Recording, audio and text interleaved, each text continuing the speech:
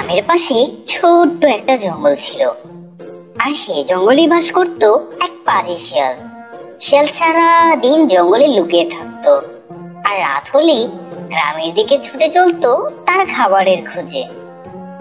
গ্রামে ঢুকে সে কৃষকের হাঁস মুরগি যাই পেত তাই নিয়ে পালিয়ে যেত।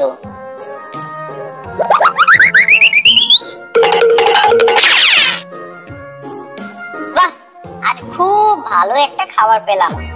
যাক, এই তাজা মোটা সোটা খাবারটা এখন খেয়ে যা অবশিষ্ট থাকবে তা দিনের বেলার জন্য রেখে দেব, আর কাল আবার গ্রামের ভেতরে চুরি করতে যাব। এখন খেয়ে ঘুমাই।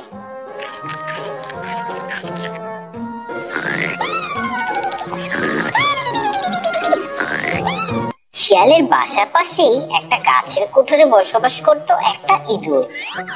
আর সমস্যাটা হলো এখানেই, ইঁদুরটি অনেক সময় শিয়ালের শিকার চুরি করে খেয়ে নিত। আর সেদিন যখন শিয়াল মুরগি চুরি করে এনেছিল, তখন ইঁদুর, অনেক খিদে পেয়েছে, যাই গিয়ে দেখি শিয়াল বেচারা কিছু শিকার ধরে এনেছে কিনা। যাই। ইঁদুর তখন শিয়ালের বাসায় গেল। শিয়ালটা তো ঘুমাচ্ছে, আর পাশে দেখি অনেক খাবার। বাহ, আজ আমার অনেক খিদে পেয়েছে, আর আমার কি ভাগ্য, শিয়াল আজ কত বড় একটা মুরগি পেয়েছে। তাড়াতাড়ি খাই। পাজি ইঁদুর গাপুস গুপুস করে সবটা মুরগি খেয়ে নিল।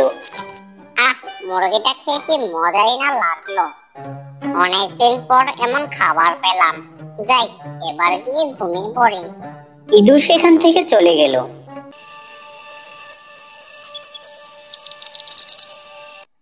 সকালবেলা শিয়াল ঘুম থেকে উঠে দেখলো তার বাকি শিকার নেই। শিয়াল তখনই বুঝে গেল যে এই কাজ একমাত্র ইঁদুরই করেছে, কারণ পাজি ইঁদুরই মাঝে মাঝে শিয়ালের খাবার চুরি করে খেয়ে নিত। পাজি ইঁদুর, আজ তোর একদিন কি আমার যতদিন লাগে, তুই দেখবি আজ। শিয়াল তখন চলে গেল ইঁদুরের বাসার সামনে, আর গিয়ে পাজি ইঁদুরকে ডাক দিল। ওই পাজি ইঁদুর, দরজা খোল, বের হো বলছি। পাজি ইঁদুর জানতো আজ দরজা খুললে তার আর রক্ষে নেই, তাই সে বলল, না মামা, আমার আজ অনেক কাজ আছে। বাসা নোংরা হয়ে আছে, বাসা পরিষ্কার করছি। বুঝেছি, এভাবে কাজ হবে না, তুই আগে বাইরে এসে আমার কথাটা শোন, তোরই লাভ হবে। শিয়ালের মতলব বুঝে ইঁদুর জবাব দিল, না মামা, আমি এমন অবস্থায় বাসার গেট খুলবো না।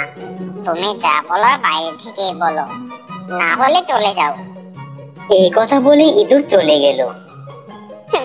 আমি যেমন কিছু বুঝি না, আজ শিয়াল আমাকে ধরতে পারলে একেবারে জন্মের কেলানি কেলাতো। গুহা থেকে তো বেরোলি না, কিন্তু যখন আমি তোকে ধরতে পারবো না, তখন ইচ্ছে মতো তোকে উত্তম মধ্যম কেলানি দেব।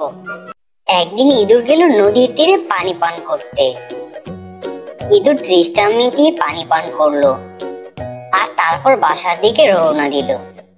কিন্তু তখনই সে শিয়ালের সামনে পড়ে গেল।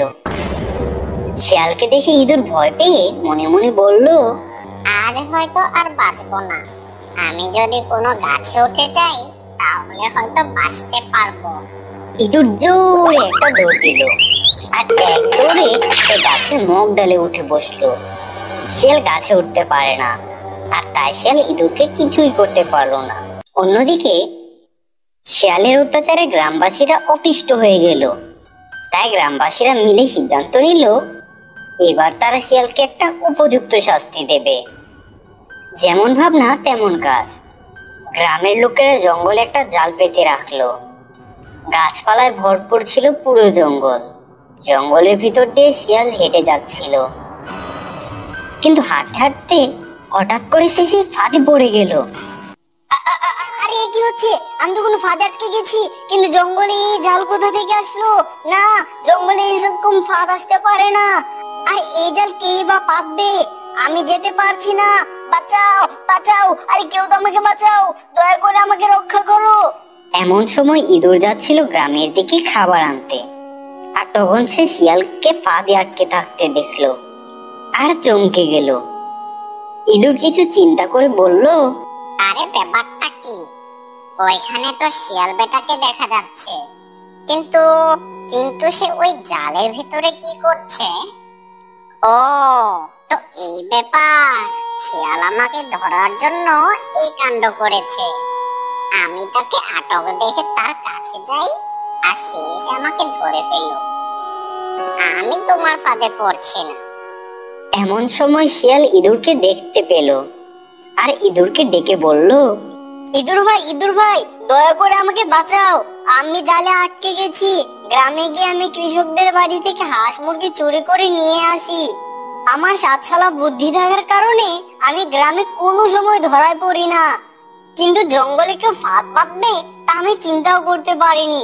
আর তাই তারা বুদ্ধি করে এখানে ফাঁদ পেতে রেখেছে, আর আমিও ফাঁদে আটকে গেছি। আমাকে সাহায্য করো। তোমার সব ছলনাময়ী কথার জালে আমি পড়ছি না।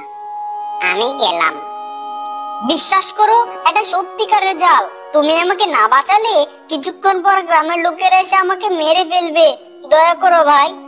আর তুমি যদি আমাকে বাঁচাও তাহলে আমি কথা দিচ্ছি, আমি আর তোমাকে কোনোদিনও কোনো রকমে পেরেশানিতে ফেলবো না, আর তোমাকে শিকারের ভাগ দেব। আমাকে বাঁচাও। শিয়ালের কথা শুনে ইঁদুর বুঝতে পারলো শিয়াল আসলেই বিপদে আছে। তখন শিয়ালের জন্য ইঁদুরের মায়া হলো, আর সে শিয়ালের জাল কেটে দিল।